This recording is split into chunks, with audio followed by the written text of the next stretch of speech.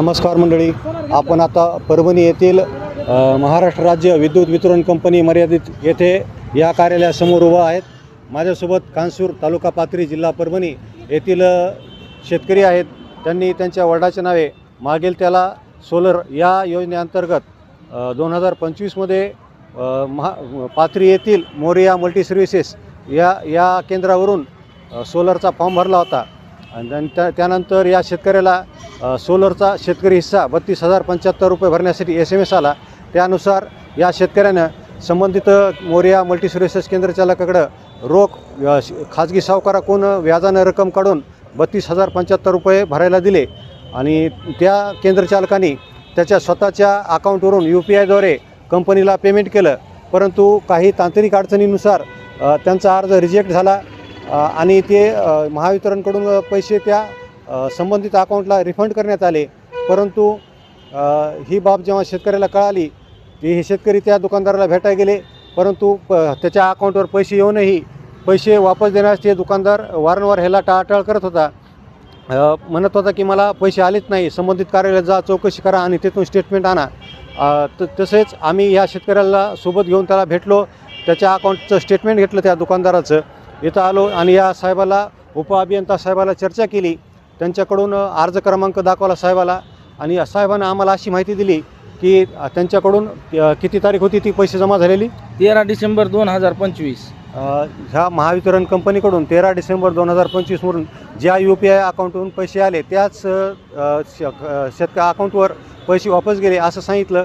त्यानंतर साहेबांना असं देखील सांगितलं की आमच्याकडून ज्या दिवशी पैसे जमा झाले त्याच दिवशी त्या संबंधित अकाउंटला पैसे जमा होत नाहीत, 4-5 दिवसाचा कालावधी लागू शकतो. त्यानुसार आम्ही चेक केला असता 16 डिसेंबर तारीख किती आहे आपली, 16/5/2025ला त्या संबंधित केंद्रचालकाच्या अकाउंटवर पैसे जमा झाले आहेत. तरी तो दुकानदार या शेतकऱ्याला पैसे देण्यास टाळाटाळ करत आहेत. याबद्दल आपण संबंधित शेतकऱ्याचं मनोगत ऐकूया. आपलं नाव? एकनाथ मधुकर शिंदे, राहणार कानसूर, तालुका पाथरी, जिल्हा परभणी. अर्ज कोणाच्या नावाने केला होता? अर्ज माझ्या वडिलाच्या नावानं होता, मधुकर बाबूराव शिंदे. 12 डिसेंबर 2024ला पैसे भरले होते आपण. 13 डिसेंबर 2025ला हे म्हणत होते पैसे वापस पाठविलेत. पण आम्ही त्या ज्या ग्राहक सेवा केंद्रावरून पैसे भरले होते त्यानं सांगितलं की तुमचे पैसे आले नाहीत, UTR मॅच व्हायना, हे व्हायना, कारण दिले. आज जवळपास आज 13 जुलै 2026 आहे.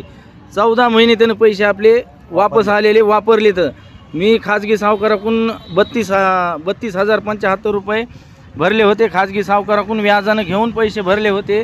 आज त्याचं जवळपास व्याज 30,000चं 32,000चं 60,000 रुपये व्याज झालं माझ्याकडं. 1 वर्षाच्या म्हणजे 14 महिने आणि ते 24 असे जवळपास 2 वर्ष व्हायला लागलेत ह्या गोष्टीला. आणि ह्या मागेल त्याला सोलर योजनेमध्ये त्याचा लाईनमॅन आला, आमच्या वडिलाचा बोरवर सेल्फी काढून सर्वे करून गेला. 1,000 रुपये त्यानं आमच्याकडून घेतले. आणि हे मग सगळं सोलर ज्यावेळेस आपल्याला मिळणार होतं का त्यावेळेस हे म्हणले तुमचं कोटेशनमुळे कॅन्सल झाले. मग हे असला भोंगळा कारभार शासनाचा असा नसायला पाहिजे. शेतकऱ्याची फसवणूक व्हायली. माझी एकच विनंती मुख्यमंत्री साहेबाला, फडणवीस साहेबाला, की जे काय बाबा ह्याच्यामध्ये दोषी असणार आहेत, असं शेतकऱ्याची फसवणूक करणार आहेत, ह्याला तात्काळ तुम्ही समज द्या, नोटीस द्या आणि ह्याच्यावर काहीतरी कारवाई करा, जेणेकरून आमच्यासारख्या सामान्य शेतकऱ्याची फसवणूक होणार नाही. आज आम्हाला परभणीला यायचं म्हणलं आमचे बैल बांधून आहेत, म्हैस बांधून आहे, पाणी कोण पाजीन, वैरण कोण टाकीन, उसाला पाणी लावलेलं आहे, पाऊस पडायना झाला आहे. अनेक आसमानी संकट आहेत, सुलतानी संकट आहेत शेतकऱ्याला. ह्याच्यातून जर अशा चक्रा मारायला आज परभणीला आम्ही गाडी करून आलो प्रायव्हेट, तिचं 2,500 रुपये भाडं, ते कोण देणार आहे? हे असं फसवणूक होऊ नये आमची. हे बघा शेतकरी मित्रांनो, महाराष्ट्रामध्ये सर्रास शेतकऱ्याची अशी फसवणूक चालू आहे.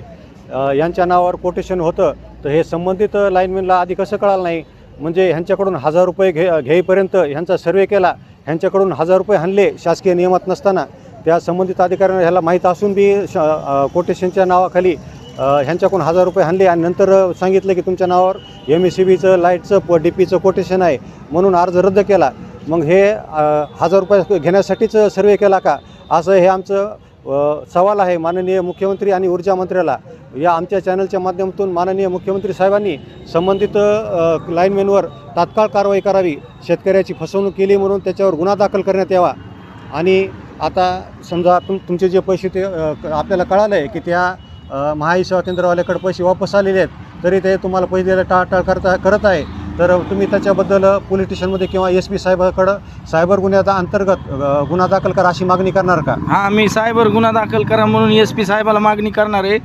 पाथरी पोलीस स्टेशनला सुद्धा अर्ज देणार आहे की ते पैसे आपले वापरून आता आपल्याला व्याजासहित पैसे पाहिजेत त्याच्याकडून वापस. एक तर त्यानं 14 महिने पैसे वापरले, तर 14 महिन्याचं 3 रुपये शेकड्याने व्याज बघा किती होतं. खाजगी सावकाराकडून व्याजानं काढलेले पैसे 32,000चे मला व्याजासहित माझा परतावा मिळावा ह्याच्यासाठी मी SP ऑफिसला एक, पाथरी पोलीस स्टेशनला एक अर्ज देणार आहे. आमच्या चॅनलच्या माध्यमातून पाथरी पोलीस स्टेशनचे PI आणि जिल्ह्याचे पोलीस अधीक्षक साहेब आम्ही अशी विनंती करतो की या शेतकऱ्याची फसवणूक झाली आहे त्यांच्या अर्जानुसार FIR फाडून ते संबंधित जो दुकानदार आहे त्याच्यावर सायबर फसवणुकीच्या अंतर्गत गुन्हा दाखल करण्यास टाळाटाळ करण्यात येऊ नये अशी आमची विनंती आहे चॅनलच्या माध्यमातून. त्या दुकानदाराने या पद्धतीनं किती शेतकऱ्यांची फसवणूक केली आहे याचा पण तपास करावा आणि यांची पण तक्रार घेण्यास टाळाटाळ करू नये ही आमच्या चॅनलच्या माध्यमातून आपल्यास विनंती आहे. मुख्यमंत्री आणि गृहमंत्री साहेबांनी पण या घटनेवर विशेष लक्ष देऊन पोलीस प्रशासनाला अशा प्रकारच्या शेतकऱ्याची जी फसवणूक होत आहे त्याच्याबद्दल पोलीस स्टेशनमध्ये तक्रार घेण्यात यावी, कुठलीही टाळाटाळ न करता तक्रार घेण्यात यावी अशी समज देण्यात यावी, अधिकाऱ्याला आदेश देण्यात यावेत. कॅमेरामन देवा गायकवाडसह भूमिपुत्र न्यूज नेटवर्क परभणी. आमच्यासोबत कानसूरमधील एक ज्येष्ठ नागरिक आणि शेतकरी आहेत. त्यांच्या अज्ञानपणाचा गैरफायदा घेऊन त्यांनी पण समजा सोलरला अर्ज केला होता, पण त्यांच्या अज्ञानपणाचा आणि वयाचा गैरफायदा घेऊन संबंधित शेतकऱ्यांनी त्यांच्या शेतामध्ये सोलर बसवलं नाही. ह्यांनी चौकशी केली, कस्टमर केअरला फोन केला तर ते ह्यांना उडवाउडीची उत्तर देत आहेत. ते सांगत आहेत की तुमच्या शेतामध्ये सोलर बसवलेला आहे, पण प्रत्यक्षात त्यांच्या शेतामध्ये कुठल्याही प्रकारचा सोलर बसवला नाही. तर मग आमच्या चॅनलच्या माध्यमातून मुख्यमंत्री साहेबांना अशी विनंती आहे की या शेतकऱ्यांची सोलर चोरीला गेला असं गुन्हा दाखल करावा आणि संबंधित चोरटे सापडून कारवाई करावी आणि या शेतकऱ्याला परत सोलर मिळवून देण्यात यावे ही नम्र विनंती. त्याबद्दल त्यांचे सोबती आपल्याला सविस्तर माहिती देतील. हे बाबा मामा आमच्या गावचे इथं, ह्याचं नाव वैजनाथ सोपानराव कारकर, कानसूर तालुका पाथरी जिल्हा परभणी. आम्ही कंपनीला फोन लावला तर कंपनीवाले म्हणते तुमच्या शेतामध्ये सोलर बसविलंय. कोणती कंपनी? कोणती कंपनी? नामदेव कंपनी कोणची ह्याची? इकोजन नावाची कंपनी. ती म्हणती सोलर बसविलंय. MSCB मध्ये आलो तर ते म्हणते तर तुमच्या नावानं कोटेशन आहे. मग आणि इथं येऊन विचारलं तर ते म्हणते तुमच्या नावानं स्टे आला आहे, तुमच्या नावानं कोटेशन आहे. आणि कंपनीला फोन लावला तर कंपनी म्हणते तुमच्या शेतात सोलर बसविलं आहे. आता ह्याचं शेत आणि आमचं शेत जवळजवळच आहे, एकाच ह्याच्यामध्ये गटामध्ये. ह्याच्या शेतामध्ये अद्याप सोलर आलेलं नाही, कुठली सुविधा नाही, काही नाही. तरी पण कंपनी म्हणते सोलर बसविलं आहे. MSCB वाले म्हणते तुमच्याकडे कोटेशन आहे म्हणून स्टे आणला आहे. यांचेसुद्धा 1 वर्ष झालं पैसे वापस नाही आले आणि सोलर पण अद्याप अजून ह्याला मिळालेलं नाही. कारण की हे ज्येष्ठ नागरिक आहेत, हे वयानं खूप वयस्कर आहेत, माळकरीत. वारीला जायचं होतं, वारीला जायला पैसे नाहीत, ह्यानं सुद्धा 5च्या सोलरचे पैसे भरलेले आहेत. अशा माणसानं जर परभणीला चक्रा मारीत बसल्याच्या नंतर ह्याच्या शेताचं काय होणार, ह्याच्या लेकरा बाळाच्या भविष्याचं काय होणार ह्याचा विचार करावा गृहमंत्र्यांनी, ऊर्जा मंत्र्यांनी, मुख्यमंत्र्यांनी करावा. मेघनादिदी बोर्डीकर यांनी सुद्धा विचार करावा. त्या या जिल्ह्याच्या पालकमंत्री त्यांनी सुद्धा ह्या कर्मचाऱ्याला काहीतरी थोडी ताकीद द्यावं.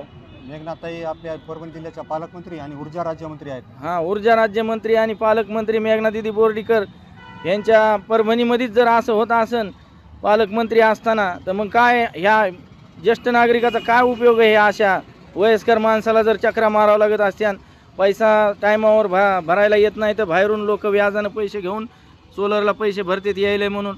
धड सोलर बी आलं नाही, पैसे बी आले नाहीत. 1 वर्ष झालं परिस्थिती, 3 वर्ष झालं. 3 आमच्या चॅनलच्या माध्यमातून ऊर्जा राज्यमंत्री आणि पालकमंत्री माननीय मेघनाताई बोर्डीकर तुम्हाला अशी विनंती आहे की या शेतकऱ्याच्या सोलरला स्टे कुणी आणला, कशामुळं आणला आणि कंपनी तर म्हणते की ह्यांच्या शेतामध्ये सोलर बसवला आहे. म्हणजे नेमकं या शेतकऱ्याची बनवाबनवी आणि फसवणूक कोण करत आहे याची आपल्या स्तरावरून चौकशी करण्यात यावी आणि संबंधितावर कडक कारवाई करावी आणि या परभणी जिल्ह्यातील सोलर योजनेमध्ये शेतकऱ्याची फसवणूक जी होती आहे ती तात्काळ थांबवण्यात यावी अशी आपल्यास विनंती करतो.